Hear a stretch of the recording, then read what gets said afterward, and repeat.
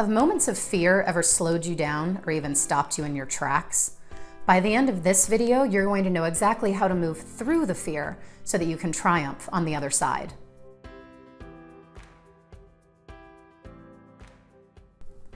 Hi, I'm Spencer Snakard, and on my channel I help entrepreneurs and transformational leaders like you to own your power and break free from any blocks or barriers to your success so that you can make the impact you're here to make while loving life every step of the way and without ever having to give up what matters most to you.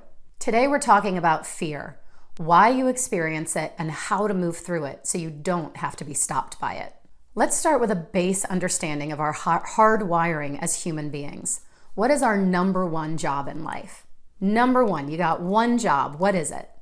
Our number one job in life is to survive. It's kind of ironic because it's the one thing we know that we're eventually going to fail miserably at. But on a base level, just for survival of the species, our number one instinct and job in life is to do whatever we need to do to survive. Now, I'm sure that you want more. You want to thrive, not just survive. But again, this is just understanding our wiring as human beings, that at that base level, that's what we're about. And through the span of humanity on the face of the earth, probably about 99% of our timeline of existence was before being in buildings with roofs over our heads, having heating and air conditioning systems and electricity and refrigerators to keep our food cold and to even have stores to walk into to buy food and clothing and everything we could possibly need. No, for most of our existence, we had to fight like hell for our survival. We lived in caves and clans, and you did not want to get kicked out of the cave because getting kicked out of the cave means certain death. You wouldn't have been able to fend for yourself out on your own. At some point, you probably would have been a saber-toothed tiger's dinner. But even now, in modern day times, as a child, you had to ensure your survival. You still have that wiring in place that says, make sure mom and dad like me, make sure I fit in, that I belong here in the family unit, that I don't rock the boat too hard, and that I become who I think they want me to be so that I don't get kicked out of our modern day caves. Now, I know you may not have consciously thought that as a kid. If you did, you were far more evolved than most people on this planet. But on a subconscious level, that message was always there. Who do I need to be? How do I need to act? What do I need to do so that I can belong and fit in and be accepted and loved and cared for and not have to go fend for myself? You wanted to look good. You wanted to do the right thing according to the rules of the clan. And you wanted some level of control, or at least to feel like you were in control, although control is pretty much always just an illusion. But you wanted to feel some sense of control to keep yourself from being cast out. So how does this play out now as adults? For instance, when you venture into some new territory, maybe you're expanding in your career, in your business, maybe into a new relationship, maybe up-leveling into some new aspect of finances or something. Fear comes up.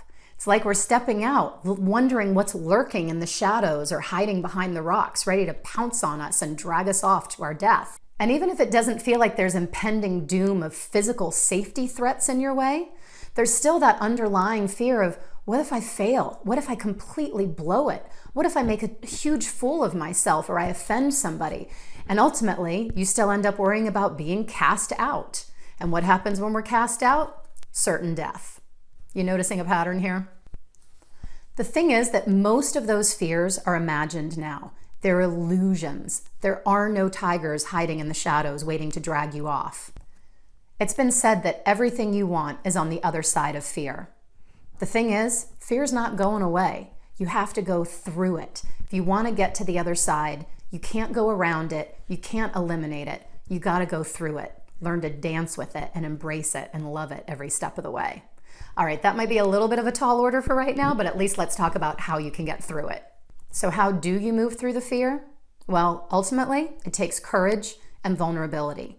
You have to risk getting hurt. You have to risk failing. You have to risk having the whole thing blow up in your face and it be a complete disaster.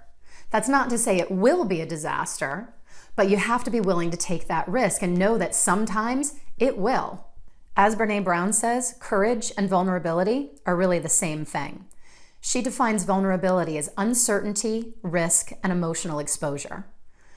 Pretty much any time you're getting ready to move through the fear, there's going to be uncertainty, you're going to have to take risks, and there is absolutely the chance of emotional exposure. So to move through the fear, you have to step into the uncertainty.